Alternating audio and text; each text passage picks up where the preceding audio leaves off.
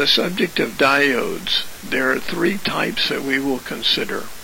One is for general purpose use, one is the light emitting diode, and a third is the Zener diode. Consider a bar of silicon. One side of the bar has been doped with negative material, that is the cathode, an excess of electrons. The other side has been doped with positive material, the anode, in other words, an excess of holes. In between is a no man's land called the p-n junction. Consider now applying a negative voltage to the anode and a positive voltage to the cathode. The electrons are attracted away from the p-n junction. This diode is reverse biased, meaning no current will flow. Now suppose we apply a positive voltage to the anode and a negative voltage to the cathode. The electrons are forced to the p-n junction. This diode is forward biased, meaning current will flow. Some of the key properties of the diode that we need to know are forward voltage, peak inverse voltage, and average forward current. Forward voltage is the voltage across the junction above which current flows. For silicon, that's about 0.7 of a volt. Peak inverse voltage is the maximum reverse voltage that can be applied before breakdown occurs. Average forward current is the maximum average current for diode heat dissipation. If AC is applied to a diode, during one half of the cycle, the diode is forward biased and current flows. During the other half of the cycle, the diode is reverse biased and current stops. This is the process of rectification, allowing current to flow in only one direction. This is used to convert AC into pulsating DC. Suppose we have an AC signal applied across a diode. The input waveform is shown on the bottom of this view graph. The waveform at the top is what we will get out. The output waveform is pulsating direct current, shown on the top. In normal diodes, when electrons combine with holes, current flows and heat is produced. With some materials, when electrons combine with holes, photons of light are emitted. This forms a light-emitting diode and LED. LEDs are generally used as indicators, but they have the same properties as regular diodes. Notice the resistor in series with the diode. The current limiting resistor is not only used to limit the current, but also to control the brightness of the LED. A Zener diode is designed to conduct at a predetermined reverse voltage. The diode begins to conduct and then maintains that predetermined voltage. We can use Zener diodes as voltage references in circuits. There are two basic types of transistors, NPN and PNP. Transistor circuits are primarily used as switches or amplifiers. Here is the symbol for an NPN transistor. Notice that the arrow points outward. Current flows in at the emitter and out at the collector. The current through the base emitter junction controls the outgoing current flow out of the collector. The base emitter current controls the collector emitter current.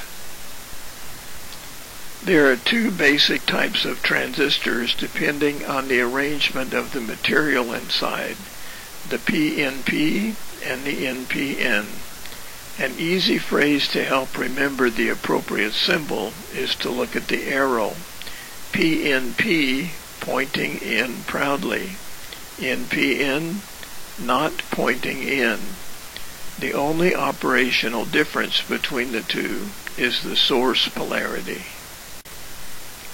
Field effect transistors have 3 electrodes, a gate, a drain, and a source.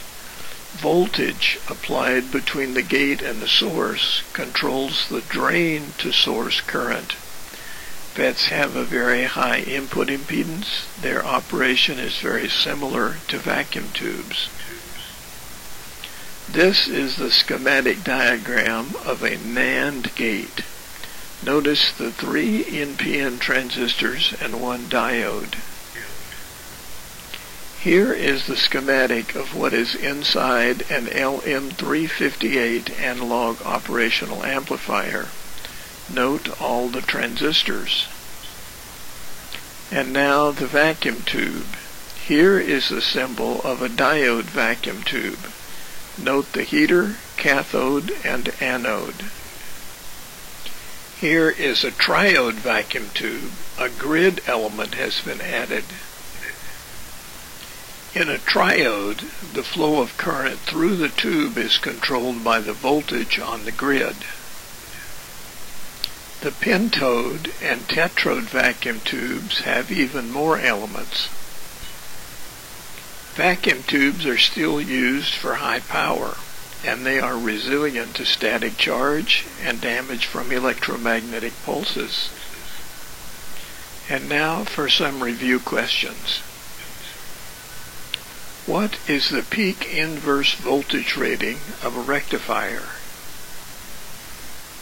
The answer is C, the maximum voltage the rectifier will handle in the non-conducting direction. When 2 or more diodes are connected in parallel to increase the current handling capability, what is the purpose of the resistor connected in series with each diode? C, to ensure that one diode doesn't carry most of the current load. What are the stable operating points for a bipolar transistor used as a switch in a logic circuit? Answer A, its saturation and cutoff regions. Which of the following describes the construction of a MOSFET? B, the gate is separated from the channel with a thin insulating layer. Which element of a triode vacuum tube is used to regulate the flow of electrons between the cathode and the plate? A, the control grid. What is the primary purpose of a screen grid in a vacuum tube? What is the primary purpose of a screen grid in a vacuum tube? Which of the following is an advantage of using the binary system when processing digital signals? Answer A, binary 1s and 0s are easy to represent with an on or off state. How many states does a 3-bit binary counter have? Answer C, 8. What is one disadvantage of an incandescent indicator compared to an LED? Answer D, high power consumption.